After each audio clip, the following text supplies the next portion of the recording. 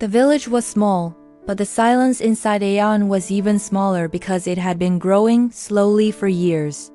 No one noticed him. Not in school, where louder voices always filled the air. Not at home, where struggles were louder than dreams. Not even among friends, because he never truly learned how to speak his heart. Ayan wasn't weak. He just didn't know how to be heard. Every morning, he walked to school with the same worn-out shoes, the same quiet thoughts, and the same invisible presence. Teachers rarely called his name. Classmates rarely sat beside him. And when they did, it was never for long. "Why are you so quiet?" someone once asked him. He didn't answer, because the truth was he didn't know where to begin. At home, things weren't easier. His father worked long hours, returning tired and distant. His mother carried worries heavier than words. Conversations were short. Emotions were shorter. Ayan learned something very early in life. Silence is safer than expression. So he stayed silent. Days turned into months, months into years. And slowly, silence became his identity. But silence has a strange way of growing loud inside a person. One evening, after a long, exhausting day, Jan sat alone on the rooftop. The sky was painted in shades of orange and purple, but he didn't notice the beauty. For the first time in years, he felt something break inside him. Tears came, not loud, not dramatic, just quiet tears. "Does anyone even see me?" he whispered to himself. The wind didn't answer, but something inside him did.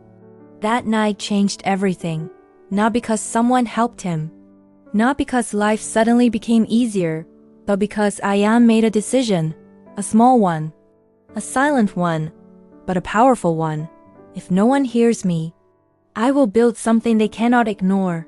The next day, nothing looked different. Same school, same people, same silence. But inside Ayan, something had shifted. He began writing. At first, it was messy, broken sentences, half thoughts, feelings he couldn't fully understand. But he kept going. Every day, after school, he would sit in a corner with a notebook. He poured everything onto those pages, his pain, his loneliness, his anger, his hope.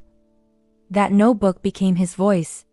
And slowly, his silence started turning into strength. Weeks passed, then months. Ayan didn't speak more, but he felt more. He observed people. He understood emotions. He noticed details others ignored. His silence wasn't emptiness anymore. It was depth. One day, his teacher announced a writing competition. "Anyone can participate," she said. The class buzzed with excitement. Ayan stayed quiet. But something inside him whispered, "This is your chance." For the first time in his life, Ayan raised his hand. The room went silent. "Sir, I want to participate." Even he was surprised by his own voice. The next few days were different. Ayan wrote like his life depended on it. Because in a way it did. Every word carried years of silence. Every sentence carried unspoken pain. Every paragraph carried a heart that had waited too long to be heard. When he finished, he didn't feel nervous. He felt free. The results were announced a week later. The entire school gathered. Names were called. Third place, second place. Then came the first, Ayan. For a moment, no one reacted. Then whispers spread across the crowd. "Who? That quiet boy? Really?" But Ayan didn't hear them. Because for the first time in his life, he heard something else. His name, loud, clear, real. As he walked to the stage, his hands trembled, not from fear, but from something unfamiliar, recognition. The teacher handed him the prize and said softly, "You had a voice all along. You just needed to believe in it." Ayan smiled. Not a big smile, not a loud one, but a real one. From that day on, life didn't magically become perfect. Problems didn't disappear overnight. But Ayan changed. He started speaking not loudly but honestly. He started showing up not to be seen, but to be real. And most importantly, he stopped believing that silence made him invisible. Because he had learned something powerful. Silence is not weakness. Sometimes it is where strength is born. Years later, Ian stood on a much bigger stage. Not as the quiet boy no one noticed, but as a voice that inspired thousands. And when someone asked him, "How did you become so strong?" he smiled and said, "I didn't become strong. I just stopped hiding my silence and started building from it." Ending. Some people aren't loud. Some stories don't begin with attention. Some journeys don't start with support.